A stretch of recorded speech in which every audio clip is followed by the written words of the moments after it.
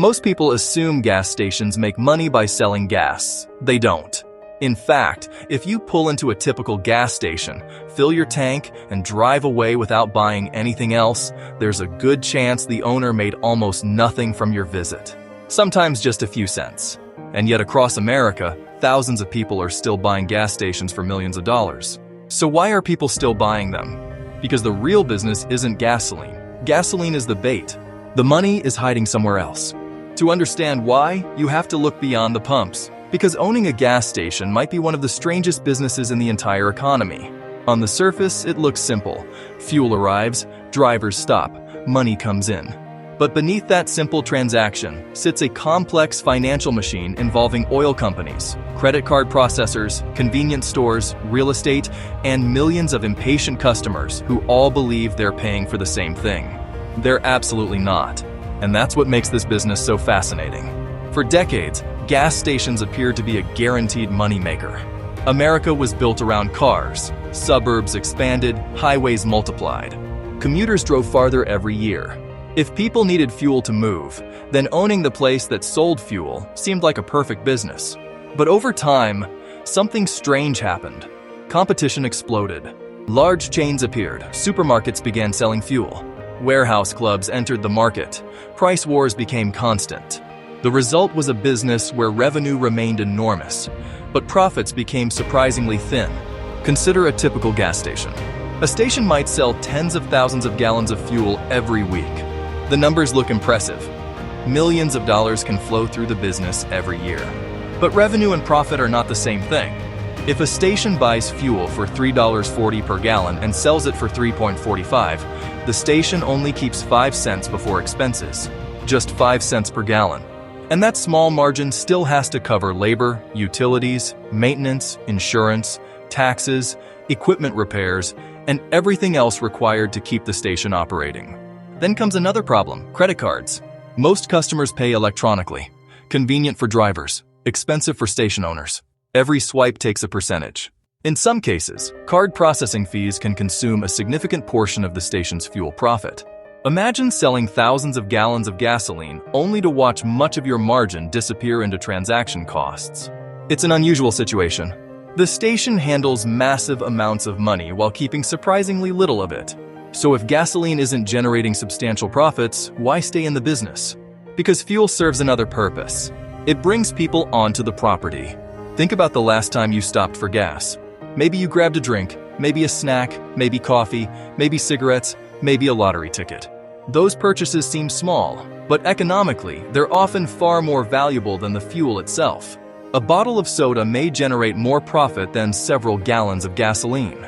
A candy bar can carry margins that gas station owners can only dream about on fuel sales. This is where the economics change completely. The convenience store becomes the real business. The fuel pumps become customer acquisition tools. Suddenly, the objective isn't simply selling gas. It's attracting traffic. Every vehicle that pulls into the station represents a potential retail customer, and retail margins are much healthier. This explains why modern gas stations keep getting larger. Years ago, many stations sold fuel and little else. Today, some locations resemble miniature supermarkets: fresh food, hot meals, coffee bars, bakery items, even full kitchens. Owners discovered they could earn more from feeding drivers than fueling them. The irony is almost absurd. The thing customers believe they're buying is often the least profitable product on the property. But the economics become even more interesting when real estate enters the picture. Location is everything. A gas station sitting beside a busy highway exit can see thousands of vehicles pass every day. That traffic has value, enormous value. Sometimes the land itself becomes more important than the fuel operation. A well-positioned property can appreciate for decades as nearby populations grow. For some owners, the station functions as both a business and a real estate investment. The fuel pays the bills, the land builds wealth. But this creates another challenge. Gas stations are expensive to own. Underground fuel tanks require maintenance. Environmental regulations are strict. One leak can create massive liabilities. Equipment upgrades can cost hundreds of thousands of dollars. Compliance requirements never disappear. Unlike many retail businesses, gas stations carry risks that literally sit beneath the ground. And then there's the future. For over a century, gasoline demand helped power the entire industry. But electric vehicles are beginning to change the equation. Not overnight, not everywhere, but gradually. Every electric vehicle represents one less customer purchasing gasoline. For station owners, this raises difficult questions. Will fuel demand remain strong enough? Should locations invest in charging stations? Can convenience store sales replace future fuel revenue? Nobody knows exactly how the transition will unfold, but the uncertainty is real. What's remarkable is that gas station owners have adapted before. They survived oil crises, economic recessions, price wars, changing consumer habits. And every time, the business evolved. The fuel pumps remained visible. The profit model shifted behind the scenes. Which brings us back to the strange reality at the center of this industry.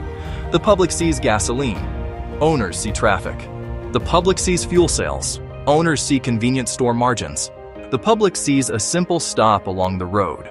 Owners see a complicated system balancing retail, real estate, regulation, and transportation all at once. And perhaps that's the most important lesson.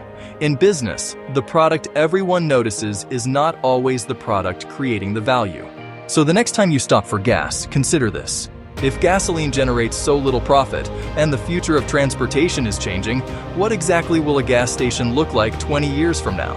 And when that answer arrives, will it still be a gas station at all? And perhaps that's the most important lesson. In business, the product everyone notices is not always the product creating the value.